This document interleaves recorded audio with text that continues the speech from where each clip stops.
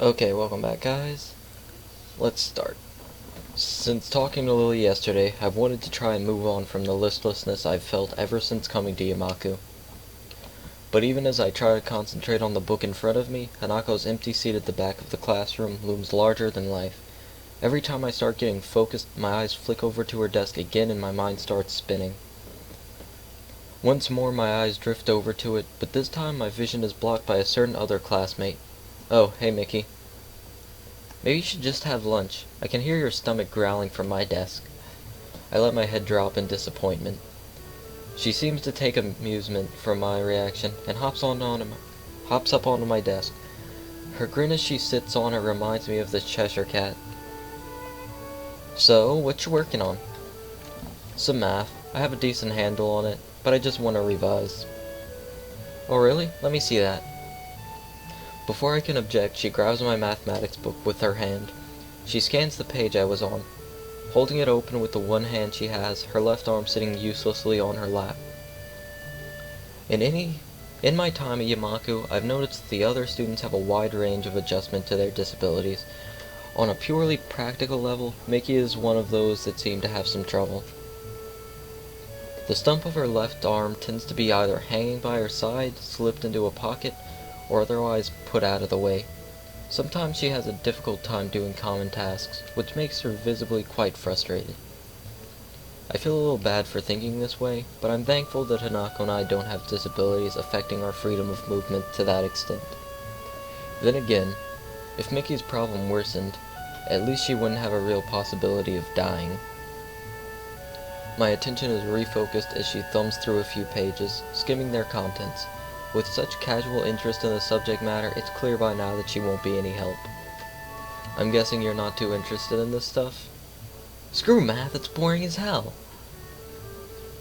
She puts the book back in front of me with indifference. Her eyes move to the notebook beside it that I'd been working out practice equations on. Ah, Mickey, you're great. Really deserved a path for you. Wait, you're actually able to work that stuff out? Yeah. Wow, I've never talked to a computer with legs before. Thanks, I think. At least I'm doing better in this than in history. Think it's worth asking that librarian for help? I heard she's shooting for uni. Yuko? Maybe. I don't know what she wants to study, though. So what about you? Got anything you're planning on doing after you graduate? Me? Nah, not really. Just enjoying it while it lasts. She looks a little awkward when asked about her future, and absent-mindedly rubs her left forearm. I kinda want to ask her about it, but I don't think I know her well enough to do so. The conversation peters out, and I lean back in my chair, giving up on the prospect of studying. Mickey notices my tired expression and looks oddly serious. Thinking about Hanako? It's that obvious? You've been glancing at her seat, and you've been pretty quiet. Not too hard to connect the dots. I'm just worried about her. Yeah, I can see why you would be. She can get weird sometimes. She sounds put off, but I can't blame her. Hanako was a hard person to interact with before she warmed up to me, even with Lily around to help. I haven't known her for that long either, so some of her habits would still be unknown to me. My face becomes troubled. If I hadn't developed feelings for her, this would be at least a little easier to deal with. No offense. She isn't a bad person, I know that much. I know, I didn't take it that way. It's just harder to deal with when, well, you have feelings for someone. Yeah, I can imagine that. It's hard to forget something like that, what happened to her during class, too. I wish she hadn't reminded me of that. She just confirmed that it was clearly noticed by others in the room as well. Come on, don't get that down. She's done this before, we've just gotta wait it out.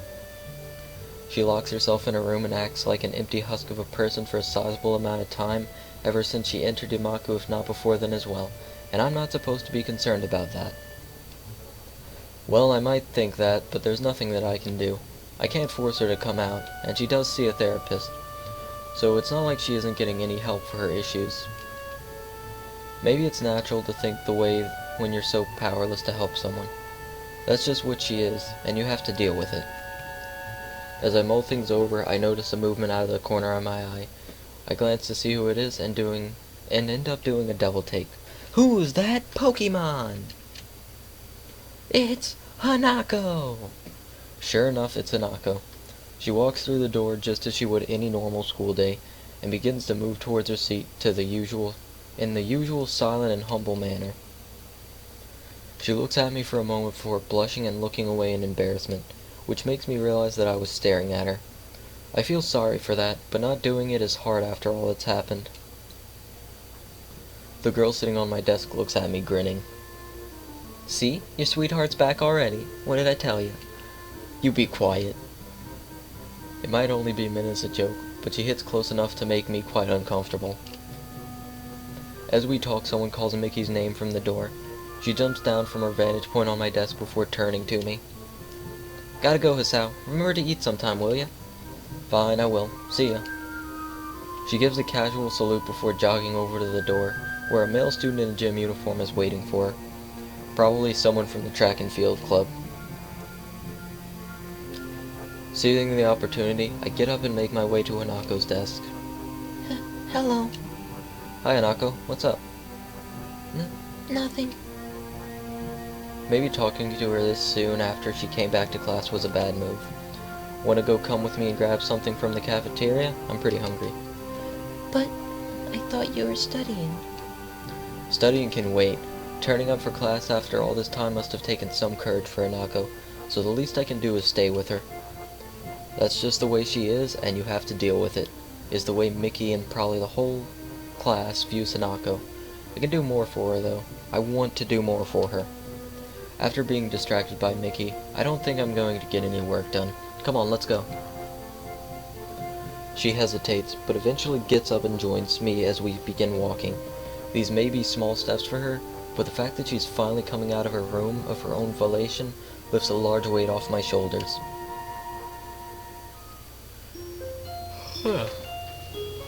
Take a drink real quick.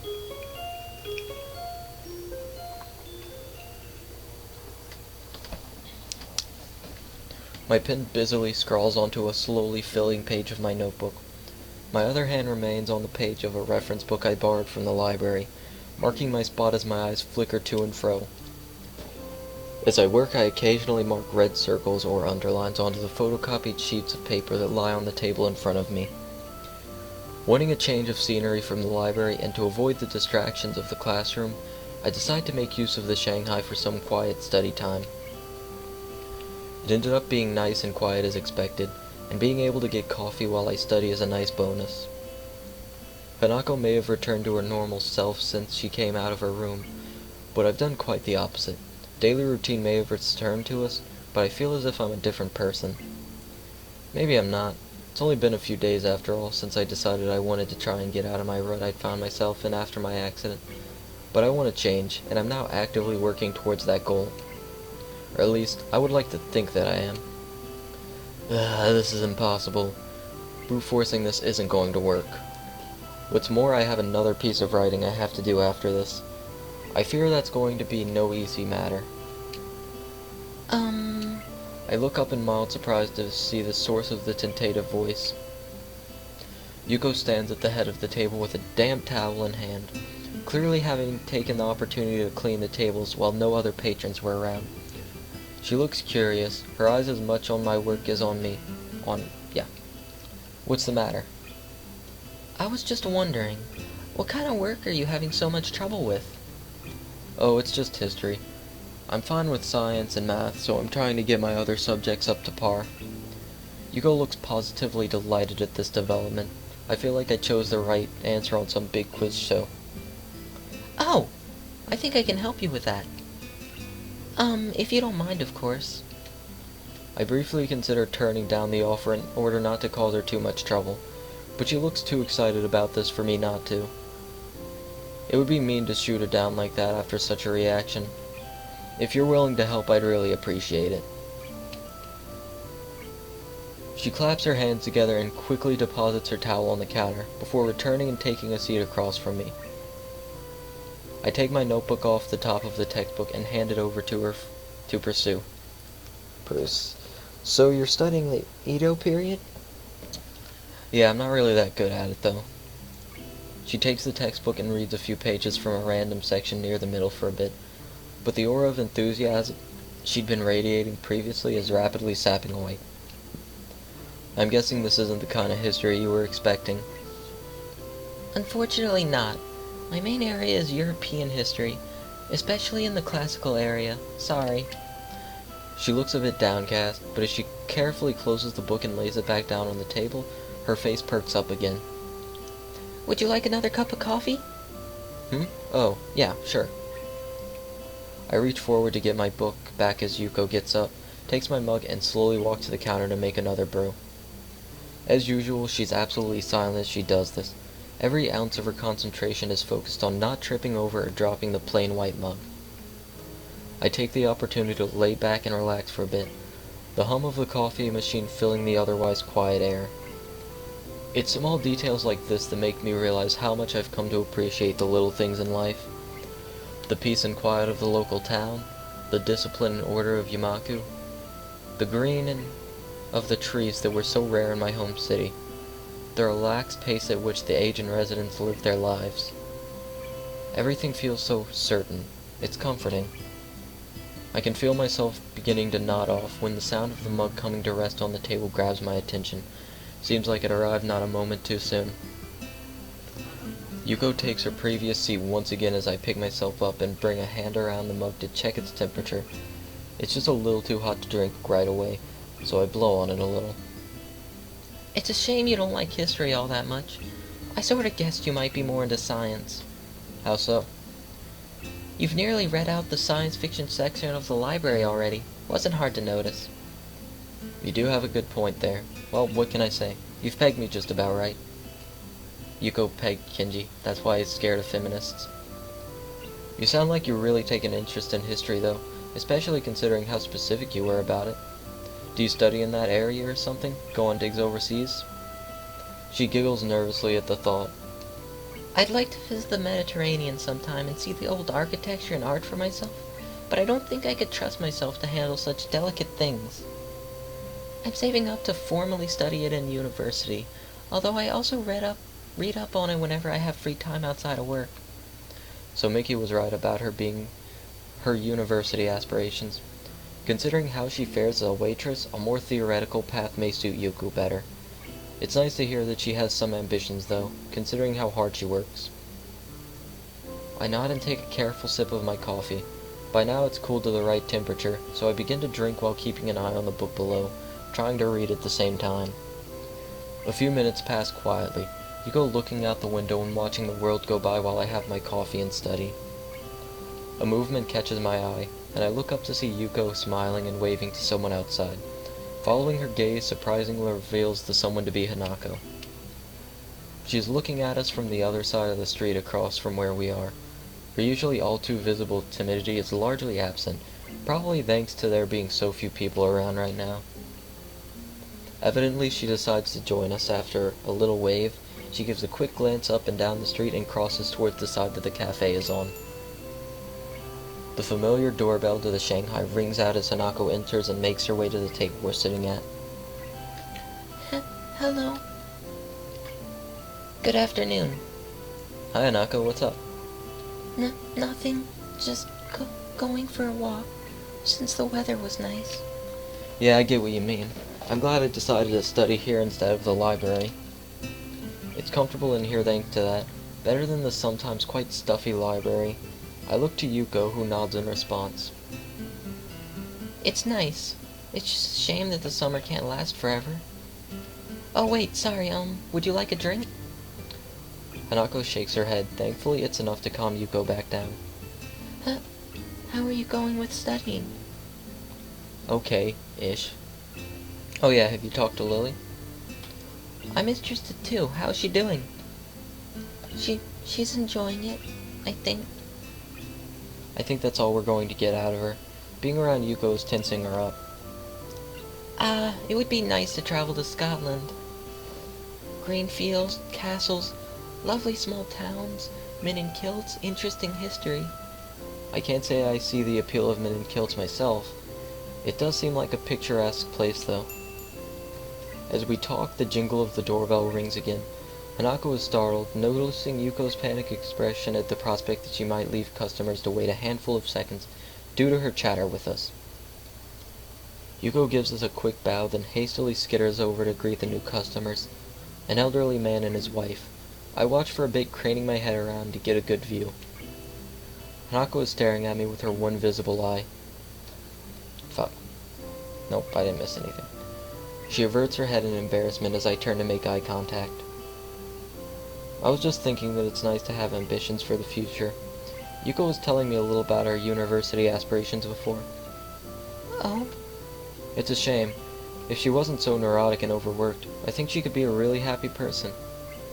As much as I'd like to play host to Hanako and entertain her a bit, I do need to study as well. To be honest, I don't think the distraction from Yuko helped either. Sorry if I'm a bit distracted. I need to try and get this done, otherwise I'm going to flunk the history exams pretty hard. I'm left running my hand through my hair in frustration. That letter needs doing as well once I get back to my dormitory room. I hope I have more luck with that than this. Damn. What with? Oh, I was going to write Iwanako. Right now, though, this is more important. All I've done is rattle myself. I can't focus on the work in front of me when my stomach is slowly turning at the prospect of actually attempting to write her back after all this time. I force myself to concentrate on the book, picking up my pen once I have a quick sip of coffee. After a few seconds, Hanako stops silently watching me and leans back in her seat, relaxing as much as she ever seems to be able to, looking out the window to pass the time. We stay like this for a long time before leaving for the dormitories together. I'm surprised she had the patience to wait me out. Iwanako's letter lies on my desk beside a blank sheet of lined paper. In an unused envelope, the tapping of my pen is the only thing to be heard this late at night. God damn it, fuck Iwanako and her letter. As I feared, my second task for the day turns out to be just as difficult as the first, if not harder. It's been so many months since we even saw each other. Even so, I can still remember what she looked like, what she sounded like, and what she acted like. By now, though, the little details are beginning to slip away. When I first saw her letter, I barely recognized her handwriting at all. Even the pink pen she always used was forgotten until her handwriting reminded me of it. I wonder why she didn't use it for the letter. She used to write everything with it. Maybe she thinks it's too immature now. I should be thinking about myself, and about what I want to communicate to her. My mind can't stop concentrating on her, though, on the past we shared before it was taken away so suddenly. The bright and slightly garish decorations suit her sense of aesthetics. Picking up the letter to take a closer look at it, I give a long sigh. This is the last link binding me to my past. Iwanako didn't suddenly cease to exist when she left my hospital room for that last time, but I needed this letter to remind me of that. I had all those feelings nearly filed away. I felt as if I didn't need them, that I could just begin life completely anew. It was easier that way.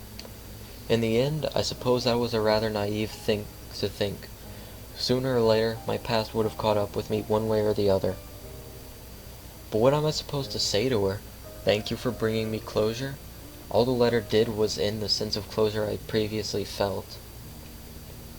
Try as I might, I can't write so much as a single word down on the paper in front of me. I can't even think of what exactly I want to say. Putting the letter down on top of the blank sheet, I gather the materials together and file them away in my drawer. The clunk the desk makes as it closes makes me momentarily tense in frustration before I get up to go grab a drink from the vending machine on the first floor. I tried, but I couldn't do it. After all the time that's passed, I still don't know how to deal with Iwanako. Yay, transition!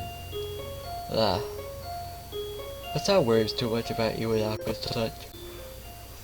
It's like, what's over is over. Just deal with it.